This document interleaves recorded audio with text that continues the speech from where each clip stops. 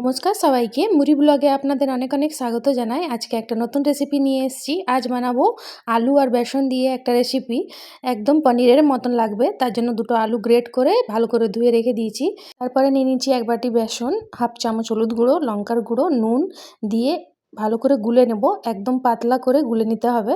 তারপরে একটা কড়াই বসিয়ে নিয়েছি, দিয়ে দিলাম 1 চামচের মতন সাদা তেল, দিয়ে দেবো গোটা জিরে, দিয়ে দেবো আজওয়াইন, দিয়ে দেবো ধনেটাকে একটু হামালদিস্তায় কুটে নিয়েছি, আর দিব আদা রসুন কাঁচা লঙ্কা, ওটাকেও কুটে নিয়েছি। তারপর ভালো করে ভেজে আলুটা দিয়ে দিব, যে আলুটা গ্রেট করে রেখেছিলাম।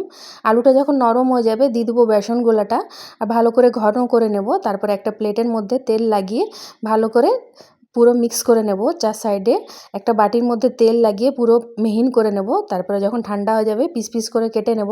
পরে পেঁয়াজ টমাটোরের গ্রেভি বানিয়ে 5 মিনিট ফুটিয়ে নেব। তাইলে তৈরি হয়ে যাবে খুবই টেস্টি একটা রেসিপি। আপনারা ঘরে ট্রাই করতে পারেন।